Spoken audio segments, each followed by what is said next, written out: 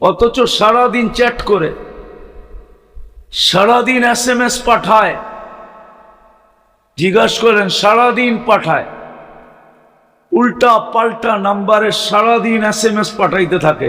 I.U সারাদিন ওদের মেসেজে রিপিট জুতা আসতে থাকে, তোরে জুতা মারমু, তারপরও পাঠায়। জিজ্ঞাসা করেন, জিজ্ঞাস করলে কয় প্রবাদ বাক্য না আছে, একবার না পারিলে দেখো শতবার। আমি শতবার দেখতেছি, একবার না একবার মন গলবে। অথচ আল্লাহ বলে না, আল্লাহ চিনে না, আমরা আল্লাহ চিনি না। অথচ সারাদিন বুক করি আল্লাহটাই বুক করি। আল্লাহ পালতেছে বিদায় পালিত, নাইলে মরে যেতাম। হ্যাঁ সত্য, খালি হুকুম দিতে দেরি। প্রত্যেক শ্বাসের পরে ফেরেশতা জিজ্ঞাসা করে, প্রত্যেকবার যতবার শ্বাস ছাড়ি আর টানি 1,60,000 বার ডেলি ফেরেশতা জিজ্ঞাসা করে, আমসিক, আল্লাহ বন্ধ করে দিব? আমরা 1,60,000 বার শ্বাস প্রশ্বাস নিই, টানি 80,000 বার, ছাড়ি 80,000 বার 24 ঘন্টায়। প্রত্যেকবার ফেরেশতা জিজ্ঞাসা করে, আমসিক, আল্লাহ বন্ধ করে দিব? হুজুররা যদি কয় কিতাব কোন কিতাবে পাইছেন, মুসান্নিফের নাম বইলা দিতেছি, জালালউদ্দিন সুয়ুতি রহমতুল্লাহ আলাইহি লেখছে। ওনার কিতাব খুঁজা বাড়ি করলে আপনি পাবেন। কিতাবের নাম বলবো না, এত সহজ না নাম বলা, আমি খুঁজা বাহির করছি। বড় গাইটা, আপনারা এত সহজেই নাম বইলা দিব, এত চোদু না আমি। মুসান্নিফের নাম বইলা দিলাম, কিতাব গাইটা দেখেন একবার। উনি লেখছে, প্রত্যেক শ্বাসে ফেরেশতা বলে, আমসিক আও আতরুক, আল্লাহ খোলা রাখবো না বন্ধ করে দিব? আল্লাহ যদি হুকুম দেয় ইমসিক, বন্ধ করে দেয়। দুনিয়ার কোনো ভেন্টিলেটর আপনাকে শ্বাস নিতে দিতে পারবে না। এই জন্যই তো বাংলাদেশের শিল্পপতি আমাদের বিবেকের পর্দা খুলতে চেয়েছিল।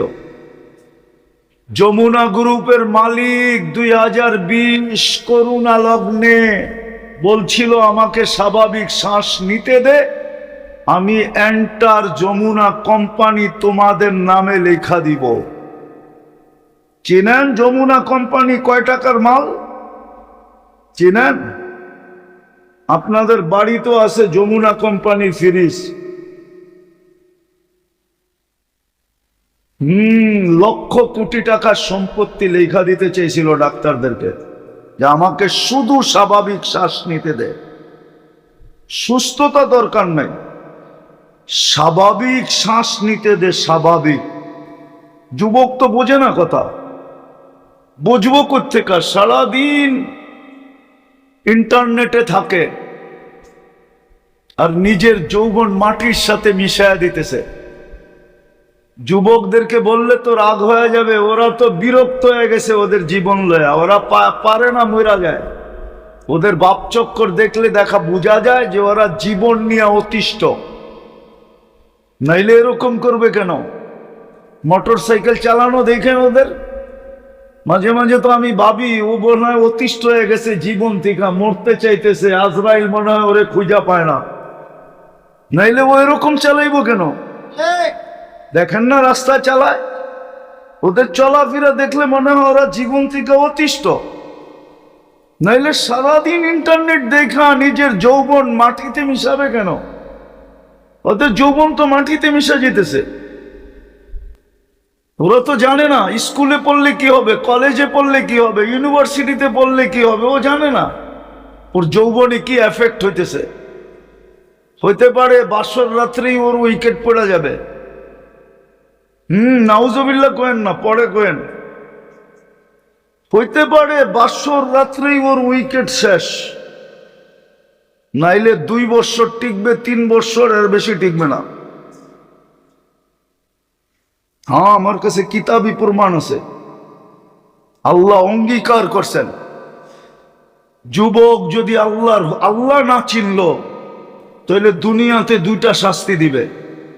অল্প বয়সে যৌবন চলে যাবে, প্রথম শাস্তি। কিতাবে লেখা আছে প্রথম শাস্তি। এইটার কিতাবের নাম বইলা দিতেছি, কারো কাছে কিতাব থাকলে পড়া দেখতে পারে। ইত্তেহাফাতুস সুন্নিয়া ফি আহাদিসিল কুদুসিয়া, এই কিতাবে লেখা আছে, সনদও দেখা নিতে পারে। প্রথম শাস্তি দিবে অল্প বয়সে যৌবন শেষ। হয়তো তাই হইতেছে, যার কারণে গলি গলি হারবালের দোকান খুলতেছে। মাজুখানে যায় দেখো কয়টা হারবালের দোকান। হারবালে যৌবন পাওয়া যায় না। আমি আমেরিকান হারবাল দেখে আসছি, আমার চেয়ে বেশি হারবাল কেউ চিনে না। আমি দুনিয়ার সেরা সেরা দেশের হারবাল দেখে আসছি, যৌবন নাই। তুমিও পাবা না যুবক খোঁজা হারায় গেলে। তো প্রথম হলো আমরা আল্লাহ চিনি না, সারাদিন ওনারটা ভোগ করি। যদি চিনতাম, হায় হায় হায়, ডেলি 100 বার হইল আল্লাহ বলতাম। 100 বারও তো আল্লাহ বলি না। যুবক তো একবারও বলে না, মা বোনরাও বলে না। দ্বিতীয়, আমরা নবী চিনি না।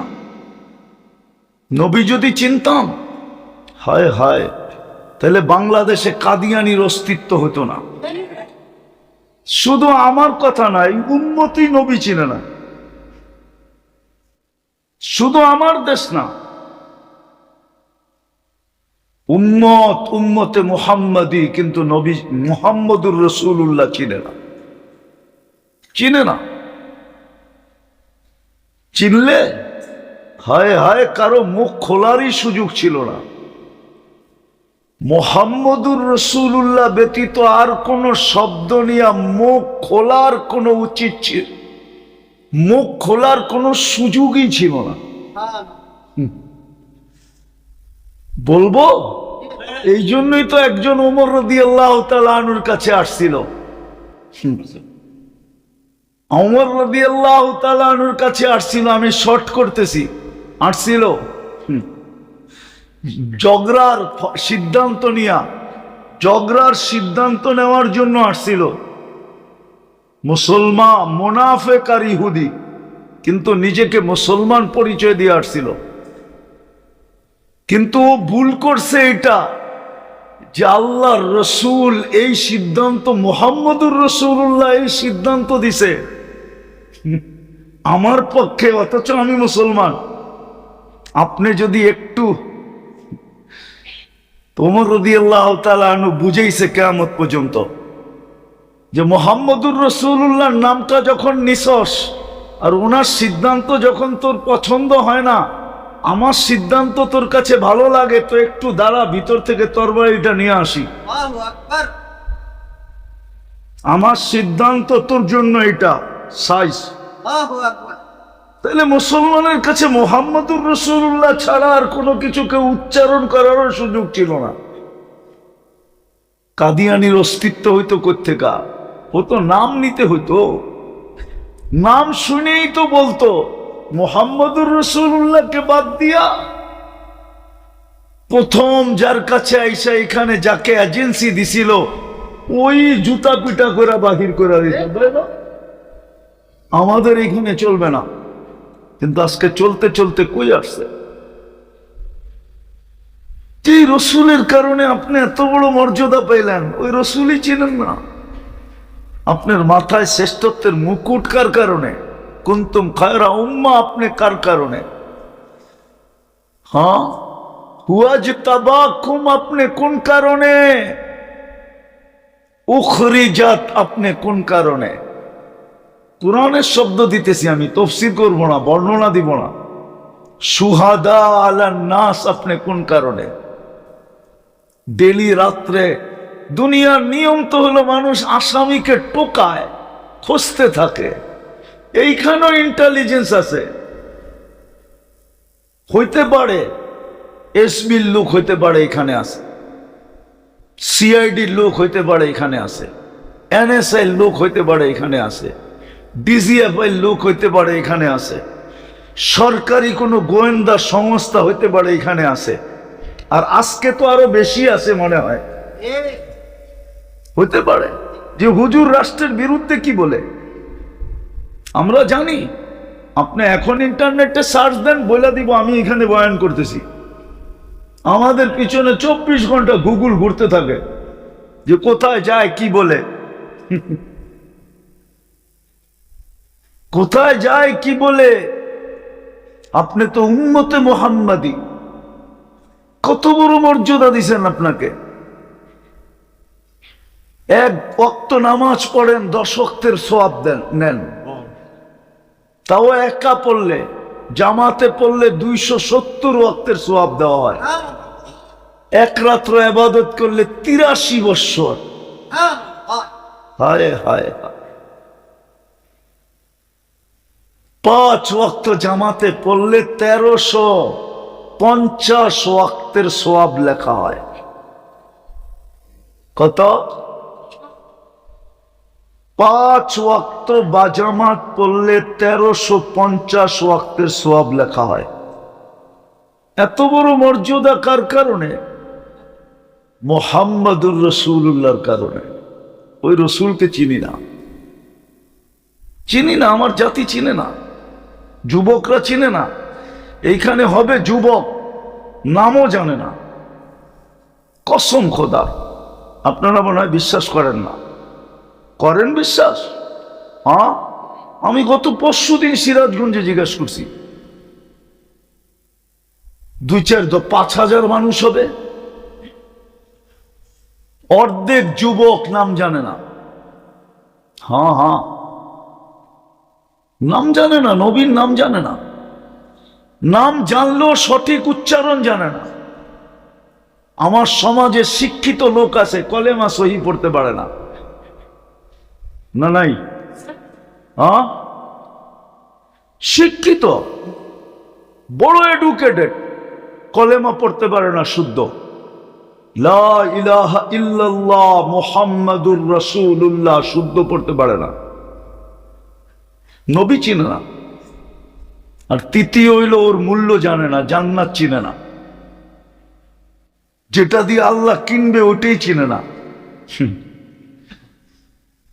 জান্নাত যদি চিনতো তাহলে এই উম্মতের ভিতরে কোনো চাহিদা থাকতো না। আজকে প্রত্যেক ঘরের আগুন হইল চাহিদা। প্রত্যেক ঘরের ভিতরে সবচেয়ে বড় আগুন কি? মনে হয় চাহিদা। বোঝেন নাই? বুঝছেন কিছু? কি বুঝছেন বলেন? ঘরের অভিভাবকের কাছে সারা দিন চাহিদা রাখা, এটাই হলো প্রত্যেক ঘরের সবচেয়ে বড় আগুন। না পাইলে অভিযোগ করা, না পাইলে অভিযোগ। বোঝেন? বোঝেন? অন্য পুরুষ পারে, তুমি পারো না কেন? আনলা না কেন? সংসার চললা কেন? বিয়া করলা কেন? বাচ্চা জন্ম দিলা কেন? ঠিক না?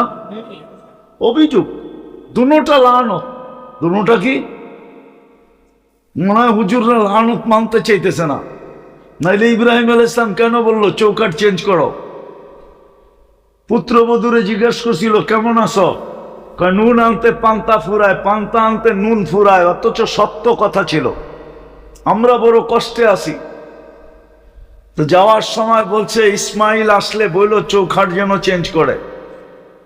আপনারা আবার বাড়ির যে চেঞ্জ করা শুরু করেন না। বুঝানোর জন্য বলতেছি, এটা লানত। আমাদের প্রত্যেকের ঘরে লানত। চাহিদার চাহিদা, চাহিদার চাহিদা। যুবক মা বাবার গলায় পাড়া দিয়ে অ্যান্ড্রয়েড সেট বাড়ি করে। প্রবাসী বাপকে গালি দিয়া মোটর সাইকেল কিনে। অথচ কত বাবা মন চায় নাই, কিন্তু ছেলের কারণে, ছেলে বিরক্ত করছে, মোটর সাইকেল কিনা দিছে। কত মা বাবা এখন চোখের পানি ঝরাইতেছে, ওই মোটর সাইকেলই অ্যাক্সিডেন্ট করে মারা গেছে। মা বাবাকে গালি দিয়া মোটর সাইকেল নেয়। 14 তারিখ আইলে ফুলের টাকা মা বাবার গলায় পাড়া দিয়া বের করে। আপনি নাউজুবিল্লাহ পড়েন, নগরে জিজ্ঞাসা করবেন বাড়ি করে কিনা। হ্যাঁ, কোনো জান্নাত চিনে না। জান্নাত যদি চিনতো কারো কাছে চাহিদা থাকতো না, কারো কাছে স্বামীর কোনো চাহিদা থাকতো না, স্ত্রীর কোনো চাহিদা থাকতো না। দৈহিক চাহিদা ভিন্ন জিনিস। সন্তানের কোনো চাহিদা থাকতো না। কসম খোদা, সবার মুখে একটাই কথা থাকতো, জান্নাতে আছে। জান্নাত তো বেশি দূরে না। নারাহু বাঈদা, আল্লাহ বলেন নারাহু কারিবা, আর তারাউনাহু বাঈদা ওয়া নারাহু কারিবা। আমরা তো জান্নাত কাছে দেখতেছি, কাছে জান্নাত, একবারে কাছে। জান্নাত চিনে না, এই জন্যই তো মানুষ হইতে চায় না। মানুষ হইতে এই জন্যই চায় না, অথচ মুসলমানের ঘরে জন্ম, অথচ উম্মতে মুহাম্মদী হিসাবে নির্বাচিত। কি জান্নাত চিনেন? বলেন জান্নাত চিনেন কিনা? চিনেন জান্নাত? চিনলে তো আল্লাহ রসুলের কথা সত্য হতো, লা ইয়ানামু তালিবুহা। জান্নাত যে চিনছে ওর রাত্রে ঘুম আসে না। জান্নাত যে চিনছে, আল্লাহ রসুলের কথা সত্য হতো, উতলুবিল জান্নাতা জাহাদাকুম। হয় জানটা দিয়া হইল নিয়া নাও। শুধু দুনিয়া না, পুরা দুনিয়া তো দুনিয়া, সয় সম্পত্তি তো সম্পত্তি, সব কিছু তো সব কিছু। জান দিয়া হইল জান্নাত নিয়া নাও, উতলুবিল জান্নাতা জাহাদাকুম। সব কিছু দিয়া হইল জান্নাত নিয়া নাও। কসম খোদার, আল্লাহর রসুল বলছেন, লামাউদাউ শাওতিন ফিল জান্নাহ। আরে গরু চালানের লাঠিটাকে কি বলে আপনাদের এলাকায়? গরু যে চালায়, হাল চালায়, ওই লাঠিটারে কি বলে? হ্যাঁ, হাল্লা বাজন, ঠিক না? হাল্লা বাজন, ঠিক না? আল্লাহর রসুল বলছে এতটুক জায়গা জান্নাতের, দুনিয়া এবং এর ভিতরে যা সম্পদ আছে সবগুলা দিলেও এতটুক জায়গার দাম হবে না। ওই লাঠিটা রাখলে যতটুক জায়গা এই লাঠিটার নিচে আসবে। এটা তো বড় বলছে, লা মাউদাউ শাওতিন ফিল জান্নাহ। আল্লাহ রসুল বলছে। ফাতেমা রাদিয়াল্লাহু তাআলা আনহা জিজ্ঞাসা করছে, আমার আম্মা জান জান্নাতে কিরকম আছে? তো বলছে, বেটি তোর মায়েরে আল্লাহ যে টিস্যু দিছে, টিস্যু, হাত মোছার জন্য আর মুখ মোছার জন্য, ওই টিস্যুটা ওই দুনিয়ার সমস্ত সম্পদের চেয়ে বেশি দামি। তোর মাকে যে আল্লাহ একটা টিস্যু দিছে, টিস্যু, টিস্যু চিনেন? চিনেন টিস্যু? এই যে টিস্যুটা। ফাতেমা রাদিয়াল্লাহু তাআলা আনহা জিজ্ঞাসা করছে, ওই জান্নাত চিনে না? চিনলে মসজিদ খালি থাকতো কি করে? মারামারি তো কোথাও হতো না। ভাই ভাইয়ের বিরুদ্ধে জমিন নিয়ে কেস করে মারামারি তো হতো মসজিদে। কে আগে ঢুকবে, কে পরে ঢুকবে, কে প্রথম কাতারে দাঁড়াবে, কে পিছের কাতারে দাঁড়াবে। এই জন্যই তো হাদিসে আসছে, কোন ব্যক্তি আগের কাতারে চলে গেছে, আগের কাতারে কোনো ব্যক্তি চলে গেছে, আগের কাতারে চলে গেছে, কিন্তু পিছে মুরব্বী আসছে, সে যদি একরামান পিছে চলে আসে আর মুরব্বীকে আগে দিয়া দেয়, আল্লাহ বলে 40 দিন তোকে প্রথম কাতারের সওয়াব দিব। তাইলে মারামারি হতো প্রথম কাতার নিয়ে। জিজ্ঞেস করেন, যদি বুখারী পড়ায় তাহলে বুখারীতে লেখা আছে আমার উম্মত প্রথম কাতারে দাঁড়ানো নিয়ে ঝগড়া করত, মারামারি করত, মসজিদে ঢুকা নিয়ে মারামারি করত, কে আগে ঢুকবে। কেননা মসজিদে কি রাখা, মা বোনরা জায়নামাজ নিয়ে ঝগড়া করত, কে আগে জায়নামাজে বসবে। কেননা মা বোনদের জায়নামাজের নিচে রাখা আছে জান্নাতের চাবি, আর আমাদের জন্য মসজিদে রাখা আছে জায়নামাজের চাবি।